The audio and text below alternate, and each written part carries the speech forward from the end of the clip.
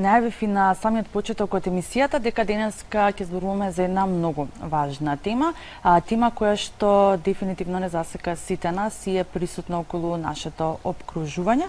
Ке месец октомври споменав и на почетокот дека е месец во борба против ракот на дојка, па токму на оваа тема, на моје огромно задоволство, денеска го имаме докторот, специјалист по торакална хирургија, доктор Драган Смилевски од клиничката болница Аџибадем Систина, со кој што ќе одговориме многу значени и важни прашања за сите мајки и жени. Докторе, најпрво ќе ви посакам добро утро.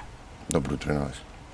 Ајде да започнеме со како можеме во домашни услови да си направиме преглед на градите. Знам дека голем дел од гледачите го знаат ова, меѓутоа сите оние можеби помлади, жени и девојки, како да си направиме само преглед? Па, темата е за среќа многу често коментирана и женската популација верувам дека е во тек со значајот на само прегледот. Не мислам дека тоа е единствената работа која што треба човек да ја направи, сепак треба да се обрати на лекар за дополнителни испитувања, меѓутоа ние ги охрабруваме женската популација да на тие само прегледи кои што треба да бидат, да кажеме редовни, не дека треба тоа секојдневно да се изведува, меѓутоа еднашка во месецот да се провери состојбата на градите. Тоа за пациентот би требало да биде, било каква промена би требало да биде поедноставно да ја забележи, затоа што го има осетот и на прстите, меѓутоа и осетот внатрешен на органот кој што се проверува. Пак ќе кажам, не може да оставиме дека само прегледот е доволно, меѓутоа секоја промена на градата е доволно, би бил доволно добар мотив да потоа се упати кон лекар за гради, рентгенолог или хирург, не е важно, за дополнителна консултација, дали промената што ја забележала жената е вредна за некакво внимание медицинско или пак тоа се некои периодични, да кажеме, месечни промени во градата. Ќе најавиме дека можат и гледачите да се вклучат во нашата емисија, доколку имате некакви прашања, се разбира, до докторот поврзани со оваа тема. Докторе, што е клучно за рано откривање на симптомите, за рано откривање на ракот на дојка, со тоа нели спасување на животот? Па за текот на болеста, за резултатот, крајниот резултат од лекувањето на болеста е клучно да биде рано диагностициран. Раното диагностицирање, пак ќе кажам, не можеме да го базираме на тоа да една жена треба да се само прегледа, па откако ќе забележи тврдина да се јави на лекар и во тој момент да се диагностицира состојбата. Туку треба да се изведуваат периодични, навремени, во некои земји и со законно брзувачки прегледи на градата, кои што вклучуваат и мамографски скрининг мамографски преглед, кој што како рентгенолошка метода, се уште златен стандард во диагностиката на оваа болест, ќе ни овозможи да ја откриеме дури во фаза која што е предклиничка, која што е пред да се детектира со допир, со преглед од страна на лекар, туку е во толку рана фаза да можеме и да ја лекуваме поедноставно и да третманот сам биде поедноставен за пациентот. Така да во редје со само прегледот и се сложувам со тоа, меѓутоа периодични навремени прегледи на градата се од клучен карактер за раната диагноза на оваа болест. Кои се првите симптоми дека нешто се случува во нашето тело? Првите симптоми се појава на тврдина на градата, која што најчесто самиот пациент ја забележува и тоа му представува мотив да се обрати за дополнителни испитувања. Болеста најчесто не предизвикува никаква болка, она само завзема простор, е комплетно тиха. Исклучително ретко може да се открие преку некакво проширување на болеста во остатокот од организмот. Значи во 99% од случаите тоа би била тврдина некаква на градата. Понатаму би требало да се спроведе тој базичен диагностички протокол кој ќе ни потврди да се работи за таа болест и да индицираме дополнителни некакви испитувања доколку за тоа има потреба или пак се работи за промена која што е бенигни карактери и тука би завршила приказната.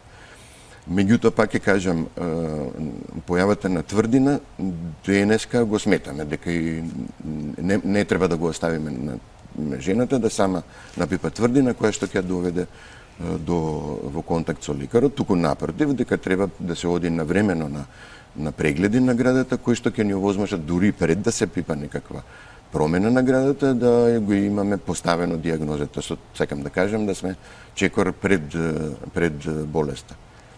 Докторе, што кога ќе се појават симптомите, ќе отидеме на лекар, нели докторот ќе ни каже дека ни е констатирана оваа болест, карцином на дојка, што следува после тоа?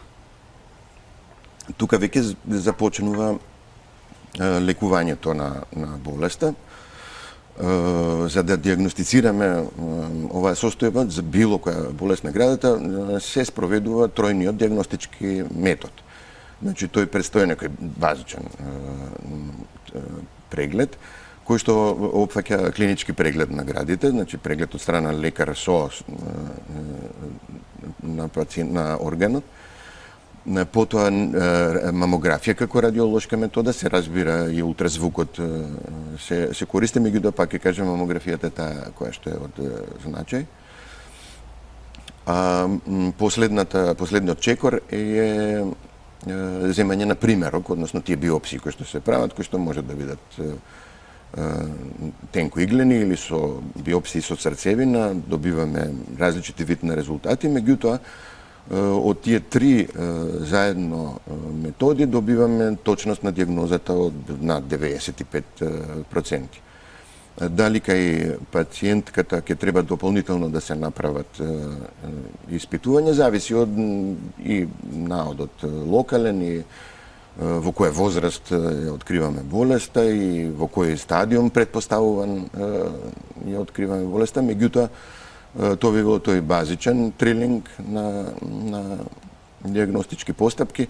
Се разбира кога се планира хируршката интервенција, денеска задолжително правиме и магнетна резонанца како малку попрецизна метода и која што ни разграничува дефинитивно дали зборуваме за еден фокус на болеста или зборуваме за мултицентричност или мултифокалност, односно дополнителни фокуси во паренхимот на градата, во близина на примарниот или расијан по не само едната града, туку тој може да се најде и во другата. Тогаш се прави веќе план, дефинитивен план на лекување на болеста, која што како прв чекор е најчесто хируршки зафат и најдобро е кога ја диагностицираме во фаза кога може да се изведе онколошки хируршки зафат. Зошто токму јас, сигурно оваа реченица многу често ја слушате во вашата ординација од сите жени и девојки на кои што ќе им констатирате дека нели се работи за карцином на дојка, па докторе, зошто се појавува карциномот? Тоа за жал не го знаеме. Не го знаеме како што тоа го знаеме кај пушачи и карциномот на бели дробови. Знаеме сигурност дека западниот начин на живење води повеќе цивилизираниот момент, дава некаков поголем ризик за појава на болеста. Сакам да кажам, доколку го ја споредите инцидента со афрички племиња или амазонски, он таму ја нема во таа статистичка мерка. Зошто не знаеме? На духовит начин наш колега еден тоа го кажува, два фактора знаеме 100% дека водат кон појава на карциномата, тоа е да си женско и да си и старење. Тоа се две природни работи кои што се неменливи, пак ќе кажем, ова е само на духовит начин. Така да причината за појава не ја знаеме. Знаеме дека резултатите од лекувањето и начинот на лекување ни е многу поедноставен и подобар доколку ја откриеме порано. Тоа е фактот кој што денешната медицина го знае со сигурност. Така, велите старењето е еден или од факторите, меѓутоа што е со млади девојки во 20-та година кога ќе им се открие карцином на дојка? Зошто тогаш? Точно, статистички гледано најчесто во над 60 годишна возраст. Меѓутоа, во секојдневната пракса се среќаваме со многу млада популација на жени кај кои што е диагностицирана болеста. Зошто пак не би знаел да ви одговорам. Тука има многу фактори кои што имаат влијание, меѓутоа да знаеме дали таа граница се помера кон пониска годишна возраст, тоа би требало, особено за нашата популација во Македонија, би требало да статистички сериозно се обработи, за да кажеме со сигурност, да, веќе границата не е 60, него е 50 години, да кажем. Го има и во многу млада возраст, го има повеќе во возрастни години. Но пак ќе кажам, за да кажеме со сигурност, да, границата ни е померена, нас и протоколите за скрининг прегледи не се померени од некогашните 40 годишна возраст, како возраст во која задолжително една жена треба да направи базични мамографски прегледи, сега е померена на 35. Значи, тука нешто се случува, тоа е со сигурност. Меѓутоа, кога би имале статистичка некаква анализа, би можеле тоа да го докажеме со сигурност. Така, постои ли превенција од заболување од карцином на дојка? Превенција не, ќе прочитате многу работи во начин на исхрана, во кои напитоци, алкохолни и безалкохолни. Сето тоа е и точно, но не пресудно. Значи, ние ги охрабруваме пациентите генерално кон здрав начин на исхрана, меѓутоа не е само заради оваа болест. Значи, доколку јадете доминантно месо, ќе добиете друг вид на карцином, нема да добиете карцином на градата. Гледам дека интернетот е препълн со тоа, јадете бело место, не црвено, не зелено, не е важно. Важна е здравата исхрана, меѓутоа не е пресудно, затоа што ние имаме и пациенти кои што исклучително внимание посветуваат и на здравиот начин на исхрана и на здрав начин на живот, па сепак е диагностицирана таа болест. Не сакам да звучам некако црно, меѓутоа, пак ќе кажам, кога веќе не знаеме што е причината, тогаш знаеме да ја откриеме на време. И тука би бил клучот денеска на еден успешен третман на оваа болест. Докторе, споменавте премалку дека возрастната граница од 40 во места на 35 години нели се оние задолжителни мамографски прегледи, но што се однесува до мајките кои што ги доеле своите деца, нели станале мајки негде околу 20-та година. Постои ли некаков поголем ризик кај нив и дека треба почесто и порано они да ги прават тие мамографски испитувања? Па не би требало. Обично мислам, се разбира непрецизно и веројатно медицински неточно, сметаме дека ако жледата си ја извршила својата функција, дека ризикот е помал за појава на оваа болест, пак ќе кажам, ова е веројатно медицински неточно. Меѓутоа, без разлика дали една жена била мајка едно-две или било колку деца доени или не доени, сеедно, тоа не смее да го смета како некаков фактор кој што е вакцинирал од појавата на оваа болест, туку секако кога е веќе во старосната група на која што и се предлагаат превентивни прегледи, да тоа го почитува. Во светот читаме често дека се почесто се зголемува границата за заболени од рак на дојка. Каква е ситуацијата кај нас, не знам, години наназад? Расте ли кај нас бројката? Па, сега мене ме прашувате, јас сум лекар практичар во амбуланта. Значи, јас немам увид во тоа дали таа бројка се зголемува. Да, имам впечаток дека се зголемува, меѓутоа пак е тоа прашање за некој кој што се бави со статистиката. Дали е тоа точно, не можам да кажам. Има периоди кога мислите дека е стварно тоа. И старосната граница дека е померена кон помлади, дека бројот на пациенти е големи. Меѓутоа, пак ќе кажам, тоа е, кај мене сигурно нема да дојде пациент во амбуланта со проблем со перот, него ќе дојде баш со таква некоја состојба, така да мојата перцепција не мора да биде 100% точна. И не може да биде, се разбира. Тоа е статистичка операција. Што следува во постоперативниот период? Што им советувате на вашите пациенти? Како да се однесуваат? Што треба да прават? Па, прво, интервенциите предвидени за оваа состојба, кои што може да бидат од максимално штедливи до многу радикални и мутилантни, за среќа се поднесуваат добро од страна на пациентите, затоа што не се отвара нека голема човекова шуплина, не се отвара граден кош или стомак, така да мобилизацијата, рехабилитацијата и враќањето во нормални некои и семејни, и социјални и било каков друг на активности е релативно брзо.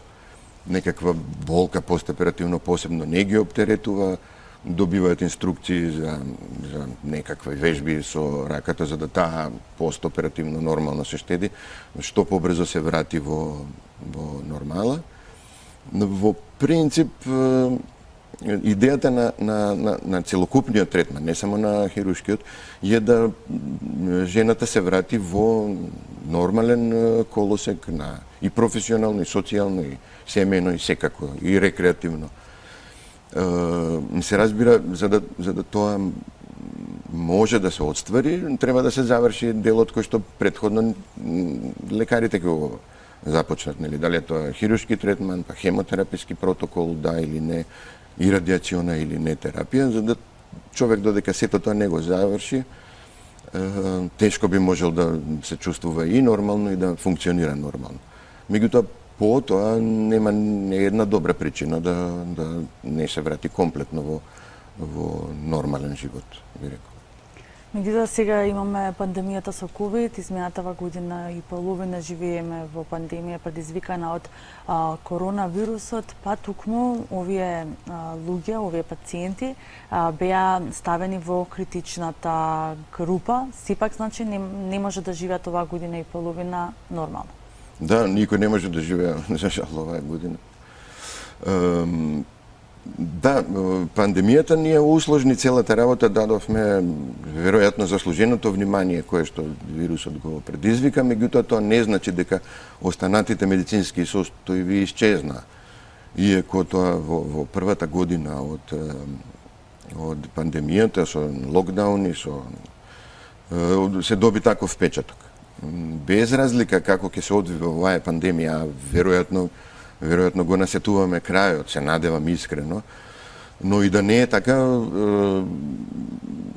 животот продолжува, мора да продолжува понатаму, така да и било каква промена во градата, човек треба да отиде и да се прегледа, и постојат безбедни услови, се разбира, и за диагностика и за третман.